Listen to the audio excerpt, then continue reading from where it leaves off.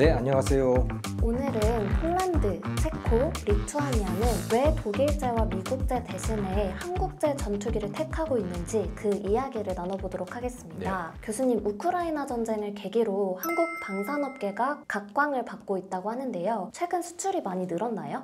많이 늘었죠. 2022년에 173억 달러 수출을 했는데 2020년까지는요 1년에 20억에서 30억 달러 정도 수출하는 게 다였어요. 그런데 그게 2021년 되니까 73억 달러가 된 거고 2022년은 173억 달러가 된 거예요. 그러니까 뭐 거의 한 7배가 늘어난 거죠. 그 한 2년 사이에. 그럼 왜 2021년이냐? 우크라이나 전쟁, 중동에서의 그 불안한 정세 이런 것들이 굉장히 중요한 영향을 미친 것이죠. 그러면 왜 한국을 택했을까? 그러니까 전 세계적으로 이 정세가 불안해지다 보니까 언제 우리나라도 침략을 당할지 모르겠다라고 생각하는 나라들이 많아진 거예요. 한국이 그래서 수출하고 있는 무기가 전투기도 있고 탱크도 있고 자주포라고 하는 거, 탱크 비슷하게 생긴 대포가 있는 거죠. 혼자서 돌아다니면서 쏘는 그것도 있고 뭐 여러 가지, 그러니까 미사일 체계도 있고 굉장히 많은 무기들을 한국이 수출할 수 있게 됐습니다. 과거에 비해서 정말 눈부시게 성장했네요. 그렇다면 왜 폴란드 같은 유럽 나라들이 한국 방산업체를 찾고 있나요? 미국이나 독일제가 더 좋을 것 같은데요. 당연히 같은 조건이라면 미국이나 독일제를 택했을 거예요. 폴란드 같은 나라가. 그런데 한국을 택한 이유는 무엇보다 급하기 때문입니다. 지금 2022년에 러시아가 우크라이나를 침략을 했잖아요. 자, 그러고 나니까 설마 하고 있었거든요. 그 동유럽 국가들이. 설마 러시아가 우크라이나를 침략을 하겠어? 근데 실제 침략을 한 거예요. 와, 그러면 나도 위험해지겠네? 라고 하는 생각을 갖고 있는 나라들이 굉장히 많은 거고 폴란드가 가장 그런 나라 중에 하나인 것이죠. 자, 그래서 폴란드의 국경 그 지리적인 위치를 보면 바로 우크라이나하고 접해 있고요. 세 나라하고 국경을 접하고 있는데 동쪽으로 우크라이나에 접해 있고 벨라루스라고 하는 데 접해 있고 러시아하고 접해 있는 거예요. 그러니까 우크라이나가 만약에 넘어간다면 러시아하고 바로 접경을 하게 되는 것이고 벨라루스 역시 마찬가지로 벨라루스라고 하는 나라 이름이 백러시아입니다. 화이트 러시아거든요. 그러니까 벨라루스는 러시아하고 아주 긴밀하게 연결이 돼 있어요. 그러니까 우크라이나가 만약에 러시아에게 넘어간다면 국경 전체가 동부 국경 전체가 다 러시아에 딱 접하게 되는 것이고 그럼 언제 그 다음 타겟이 폴란드가 될지 알 수가 없는 거죠. 그러니까 하루라도 빨리 무장을 하고 싶은 거예요. 지금까지는 별로 무장을 안 했거든요. 돈도 별로 없었던 데다가 설마 침략을 하겠어? 라고 하는 그런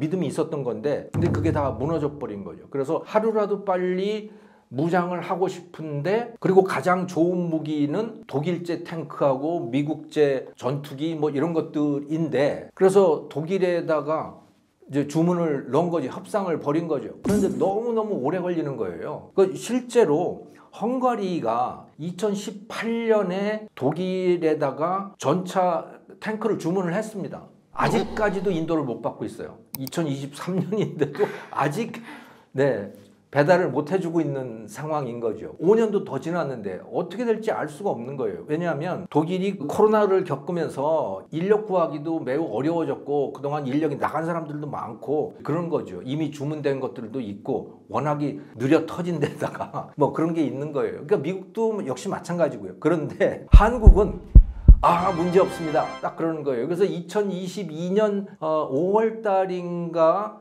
주문을 했는데 그때 계약을 맺었는데 4개월 만에 뭐 탱크 10대 자주포 몇 대 해가지고 1차 인도분을 4개월 만에 인도를 한 거죠. 그러니 이 사람들이 입장에서 보면 와 굉장한 거지. 이런 데가 다 있네. 거기다가 값도 싸요. 독일제 전차 또 독일제 자주포의 한 2분의 1 가격이래요. 한국산이. 정확한 가격은 나오진 않았는데 기사에 나오는 거 보면 한 절반 정도 값이라고 그래요. 자, 값 싸지. 또 빨리 갖다 주지. 그러니 그만큼 좋은 게 없는 거죠. 그래서 폴란드가 이제 굉장히 무기를 많이 137억 달러를 계약을 했어요. 2022년에 우리나라 전체 수출액이 173억 달러라고 했는데 폴란드 한 나라가 계약한 금액이 137억 달러예요. 그거를 2022년에 다 매출로 잡지는 않았겠지만 아무튼 굉장한 거죠. 그런데 그 옆에 있는 나라들도 다 불안한 겁니다. 체코라든가 리투아니아, 에스토니아 뭐 이런 나라들이 다 불안한 거예요. 언제 푸틴이 자기 나라를 공격해가지고 다시 점령을 할지 알 수가 없다라고 하는 그런 걱정들을 다 하고 있는 거죠. 그래서 다 무장을 해야 되는 상태입니다. 그 사람들은, 그 나라들은 아마도 10중 8구 한국을 바라보고 있을 거예요. 그런데 한국에서는 뭐라 그러냐, 한국의 방산업체들은 얼마든지 우리는 받아들일 수 있습니다. 그리고 윤석열 정부도 방위산업을 굉장히 중요한 전략산업으로 인식을 하고 있는 거죠. 그렇기 때문에 그 우리나라 방위산업체의 강점 중에 하나가 이렇게 군부하고 방위산업체가 잘 협조가 이루어져서 이 납품 스케줄이라든가 이런 것도 조정하는 게 쉽대요. 그런 것이 있기 때문에 한국의 방위산업을 동유럽 국가들이 유심히 아주 유망한 파트너로 바라보고 있다. 저는 이렇게 이해가 됩니다. 세 번째 질문 드리겠습니다. 그렇다면 한국산 무기의 장단점이 무엇일까요? 지금 이미 말씀을 드렸듯이 빠르다. 주문하면 아마 세계에서 가장 빨리 인도해 줄 수 있다라고 하는 장점. 또 하나는 값이 독일이나 미국 거에 비해서 값이 한 절반 정도 수준이다. 값이 싸다라고 하는 거죠. 그거는 동유럽 국가라든가 이런 돈이 많지 않은 나라의 입장에서 보면 이거는 굉장한 메리트인 거죠. 그런데 좋은 것만 있는 것은 아니에요. 아직까지 한국의 이런 무기 기술이 독일이나 미국을 따라가려면 아직도 많이 멀었죠. 그렇기 때문에 중요한 핵심 부품들, 뭐 전차의 엔진 이런 것들은 그 나라에서 가져오고 있는 거예요. 그래서 한국서 만드는 탱크의 핵심 부품, 또 엔진 이런 거는 독일에서 우리가 수입해서 쓰고 있는 거죠. 또 전투기는 미국 기업, 미국의 방산 기업으로부터 수입해서 쓰고 있고, 그래서 아직 기술 자립이 확실하게 되어 있지 않다라고 하는 그런 단점이 있는 거죠. 가장 큰 수혜를 받고 있는 기업은 어디일까요? 한화 에어로스페이스라고 하는 데가 가장 각광을 받고 있는 것 같고요. 아리랑 방산 펀드라고 하는 그런 펀드가 있는데 거기에 10개의 방산 기업의 주식이 포함되어 있더라고요. 그래서 한화 에어로스페이스, 한국 항공우주 카이라고 하는데, 또 LIG 넥스원, 현대 로템 뭐 이런 기업들입니다. 풍산도 있죠. 풍산은 구리를 가공하는 회사인데 탄약이라든가 이런 것들을 하는 거고, 현대 로템은 전차, 또 한화 에어로스페이스는 자주포, 카이라고 하는 데는 비행기, 전투기 이런 것들을 하는 곳들이죠. 중요한 기업들은 한 10개 정도 되는 것 같아요. 그런데 전체적으로 보면 2022년에 173억 달러를 수출한 결과 우리나라에 나오는 경제 효과는 고용 유발 효과로 하면 뭐 한 13만 명 뭐 그 정도가 된다고 그러더라고요. 그러니까 상당히 파급 효과가 있는 산업 부분인 거죠. 네 번째 질문 드리겠습니다. 동유럽 국가들이 무기를 많이 보유하게 된다고 할지라도 실제로 전쟁이 발발해야 그것이 의미를 갖게 되잖아요. 러시아가 우크라이나를 침략한 것처럼 실제로 러시아가 타국을 침략할 가능성을 어느 정도라고 봐야 할까요? 중요한 건 실제 발발 가능성일 것 같습니다. 저는 매우 높다고 봅니다. 그러니까 우크라이나를 러시아가 접수한다, 우크라이나가 항복을 하거나 패배를 한다라고 하면 러시아에서 푸틴의 위상이 훨씬 높아질 것이고 그야말로 뭐 기세가 등등해지지 않겠어요? 그러니까 우크라이나를 침략함으로 인해 가지고 러시아 내에서 푸틴의 지지율이 굉장히 높아졌거든요. 그러면 우크라이나 승리하면 더 높아질 것이고 다른 옆에 나라까지 침공을 한다면 뭐 아마도 뭐 압도적인 그야말로 위대한 지도자, 과거에 러시아 제국의 황제처럼 될 가능성이 있죠. 그래서 저는 침략할 가능성, 옆에 과거의 위성 국가들을 침략할 가능성이 매우 높다고 보는데, 설사 침략을 하지 않는다고 하더라도, 그러니까 이런 말이 있습니다. 평화를 원한다면 전쟁을 준비하라라고 하는 말이 있죠. 저는 진리라고 봐요. 전쟁을 확실하게 준비하고 있어서 누구든 침략을 하면 배로 갚아준다라고 하는 그런 전투력을 갖고 있으면 누구도 침략을 할 수가 없죠.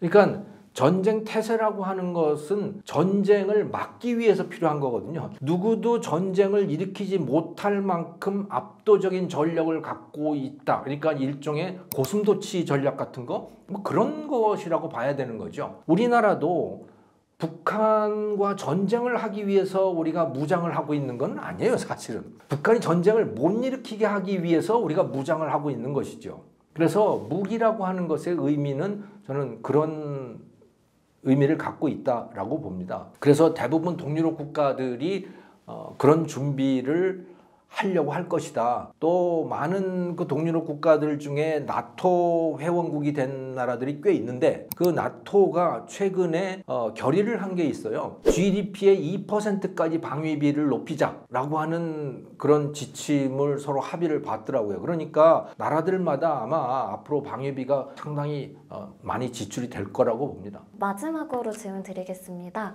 방산업계 수출 증가가 계속 이어질 수 있을까요?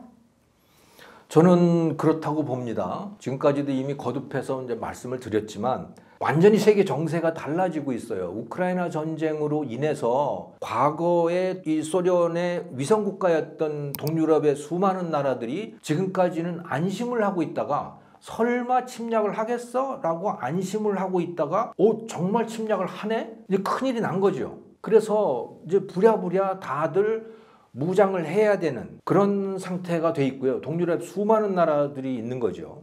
거기다가 플러스 또 굉장히 중요한 상태가 되어 있는 나라가 굉장히 지금 상황이 급변하고 있는 지역이 또 중동 지역입니다.